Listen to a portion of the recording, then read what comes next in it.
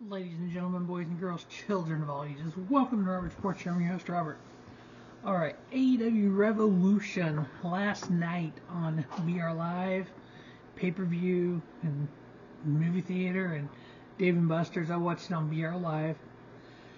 I would have done a review last night, but when we started an hour-long Iron Man match at 9:45 Central Standard Time on a Sunday night, some of us have to work on Monday morning, so I finished watching it this morning and go ahead and do my review tonight. Typically, I don't criticize AEW, maybe a little bit, not much, like some people, but I will criticize this. We either got to shorten these pay-per-views or get back to Saturday nights. It's just too much for Sunday night. I would love to, Saturday night I just stayed up, watched the whole thing, did a video right afterwards. We're going to run down this card. We had two matches. I'd say three matches that I gave over a 4-star to. Well, I go down and say that main event was the greatest match in the history of AEW. It was damn good, don't get me wrong. I'm an MJF fan. It was damn good, though. So we're running this down. So we had one buy-in match. We had a 6-man tag. We had the Lucha Brothers, Pentagon, El Zero Miedo, and Rey Fenix teaming up with Dim Boy Mark Briscoe versus the Trust Busters. Daivari, Parker Bordeaux, and forgot the third Trust Buster. Anyway, this is your typical pre-show match.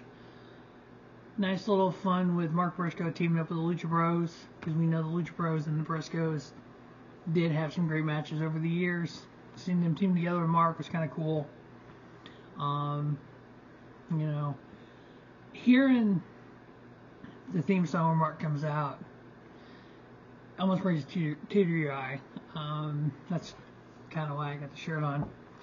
As a wrestling fan for 30 years, there's not too many people that you watch and you watch them over and over, and they're that good, and they're just, gone for no reason. But yeah, it's good. It was a good match. I give it 3.5 stars. Lucha Bros and Mark Briscoe getting the victory. First match on the main card.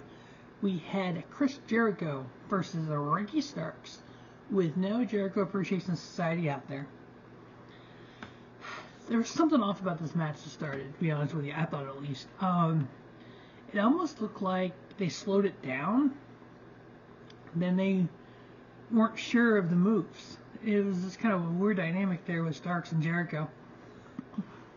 We had, again, the stipulation was no JAC at the ringside. We had Sammy Guevara come down. Action Andretti come out and speared him. While those two were going at it, Floyd got involved. Jericho hit Ricky Starks with the bat. Referee was on that side of the ring, didn't see it. Ricky Starks kicked out. Ricky Starks was able to get the pinfall in the center of the ring. No question about that. Ricky Starks beating Chris Jericho. I give it 3 stars. I wasn't overly impressed with it. Now, the build-up to this, I think it's been kind of cool. Now, if you look at Action Andretti beat Chris Jericho, now Ricky Starks beat Chris Jericho, is beating Chris Jericho at the level where, that different level. I don't know, it's kind of like, okay, you still beat Chris Jericho, but a couple guys did it now. Now, the one theme about this show that I thought was quite interesting, every match had a former WWE guy in it, and every match had a up-and-coming AEW star. So here we had Chris Jericho, Ricky Starks. Ricky Starks getting the victory. Next up, in a final burial match, I thought it was going to be a buried alive match, to be honest with you. It was a casket match. I'm like, oh, that's kind of cool. It was kind of cool how they had the casket up by the stage with dirt around it. And then when the casket went, literally as soon as he got thrown in the casket just dropped. I was like, that was kind of cool. Christian Cage and Jungle Boy Jack Perry fought all over ringside, fought up in the crowd. Fought up on stage. We had all the dirt there, so you actually had Jake Perry at one point, Jungle Boy slipping on the dirt. There just happened to be some chairs up there. Jungle Boy throws Jericho off the stage at one point. Christian went to hit the concerto on Jungle Boy. Jungle Boy gets up. He was able to hit the concerto on Christian. Throws Christian in the coffin. Because Jericho or Christian had thrown Jungle Boy in the coffin. Did the kind of kiss of death. When he went to close it, Jungle Boy stopped him. He gets out. They start fighting. And then once Jungle Boy hits the concerto on Christian, he puts him in the casket. Does the whole kiss him on the cheek, kiss of death. Slams the casket. As soon as he slammed the casket, it just dropped. Jungle Boy gets the victory. I went 3.5 on it. It was a good match. I enjoyed it. It was one of the stipulations that's like, okay, it's kind of a fitting stipulation based on the history these two have had. I was really hoping Luchasaurus was going to come out.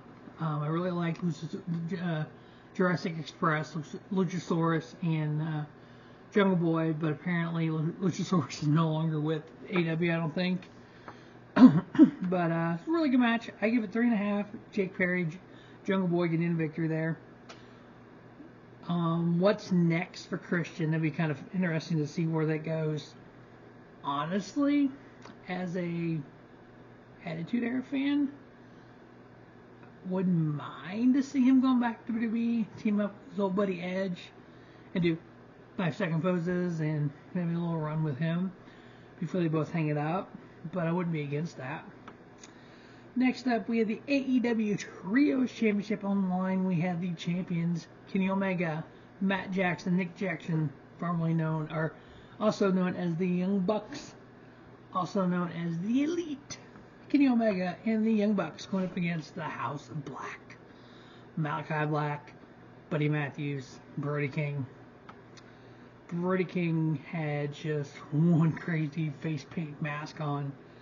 It looks like he gets some more tats too. There's more color on him and everything. So this match was just crazy, to say the least. It was everything I thought it was going to be honest with you. You had the Elite, who's more about flippies, and House of Black, more about power and the striking game of Malakai Black. Of course, Brody King, one of the best in the business. House of Black, your new AEW Trios Champions. I give it 4.5. I really like this match a lot. I thought it was pretty good. Next up, with the AEW Women's Title line in a triple threat match, we had champion Jamie Hayter versus Saraya versus Ruby Soho.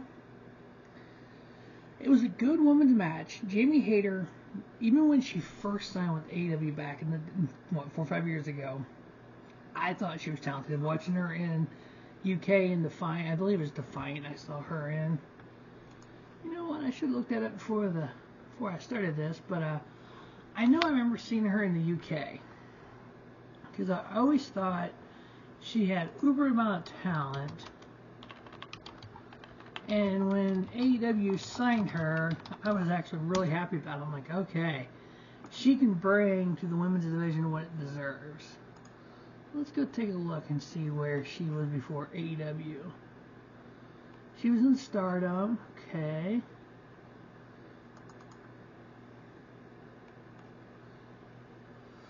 Whew. Pro Wrestling Eve, Frontline. Red Pro, okay, that's what I thought. Over in Red Pro in the UK, several matches. Oh yeah, she faced Kimberly for the title several times. Okay. Yeah, I knew I had seen her a bunch before. In Red Pro, I've been watching since 2018, so I thought she was in Progress for a moment too. Maybe not. Maybe it was just Red Pro I saw her.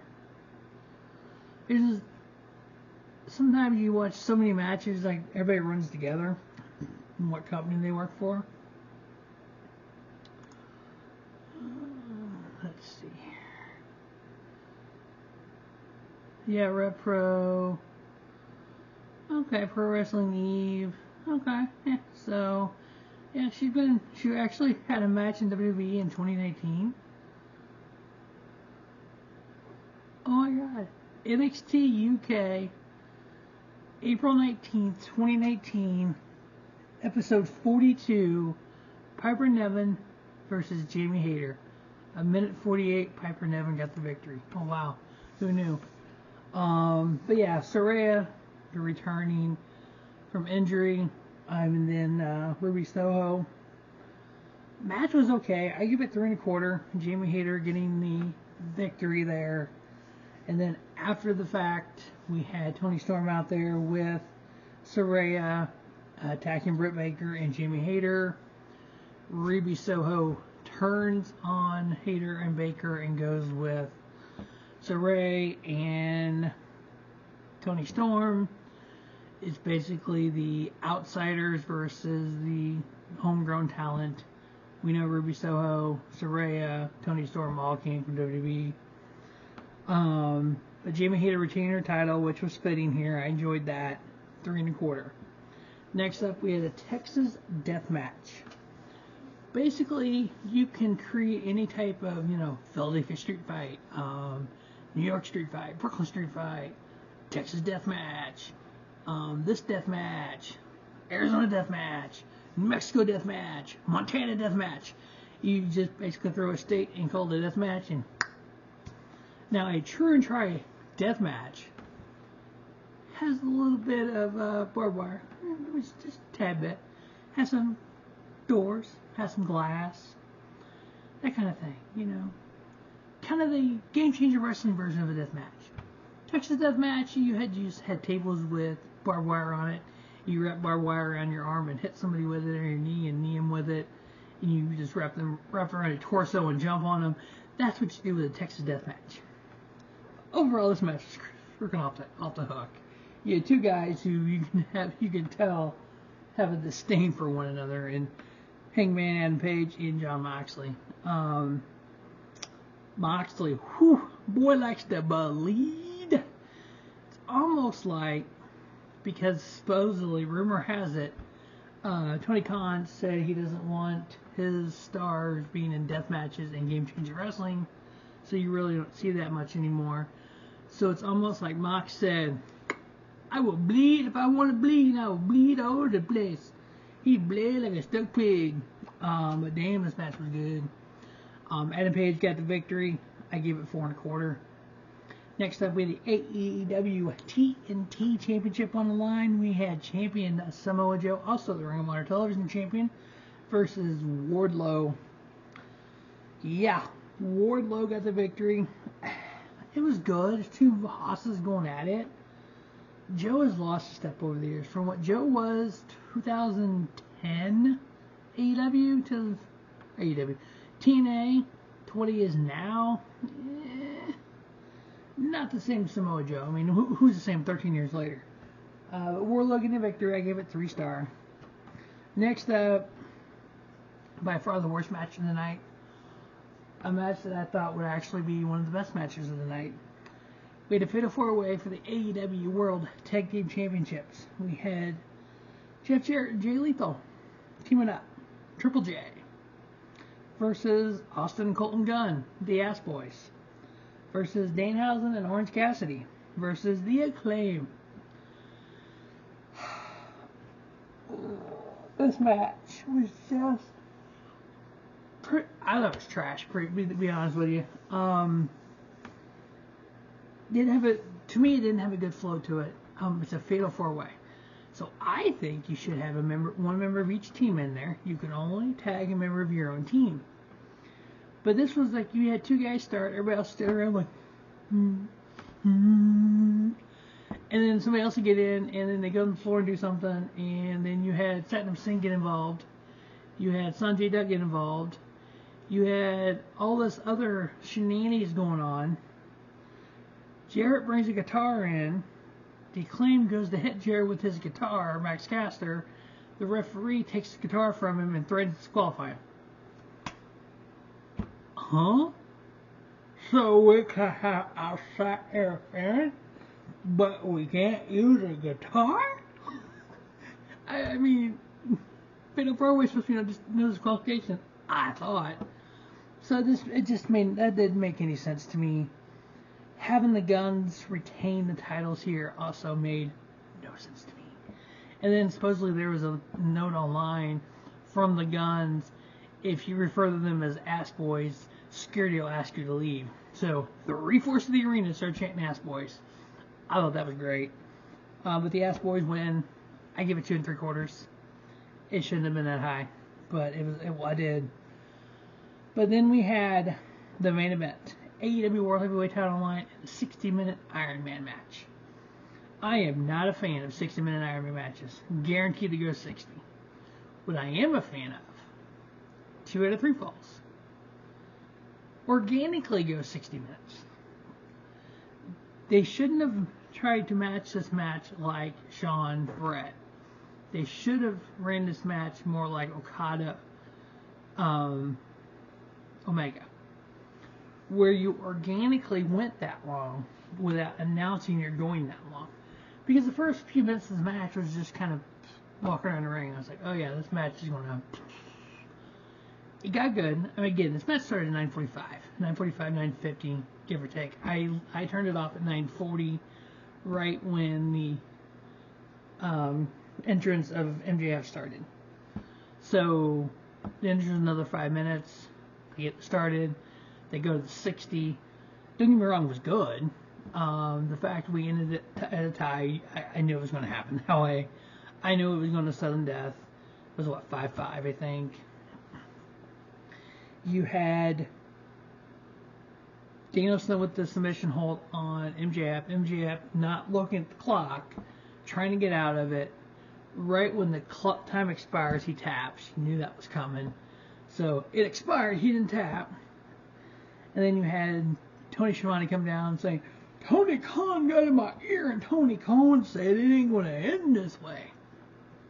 I actually would have preferred Tony Khan walk out with a mic going, no, we are not ending it this way.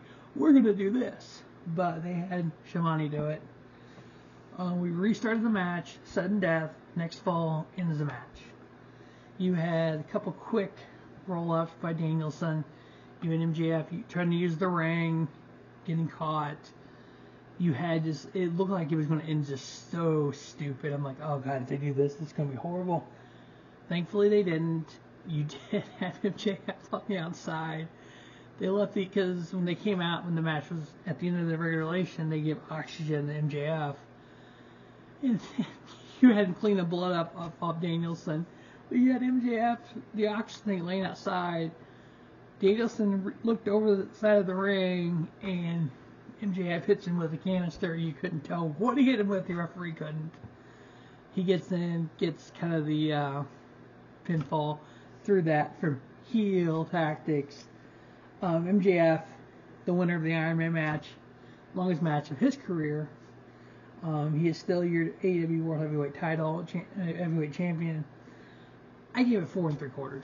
I couldn't quite go 5 on it because it had a lot of those lulls in it. I know a 60-minute match, 65, 67 minutes, whatever. What was the official time of that match? Let me pull up Cage Match here and see what the official time of that match was. Let's see.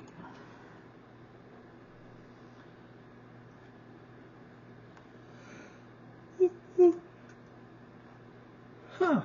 Cage Match actually has ratings. That's cool. 65 minutes and 19 seconds.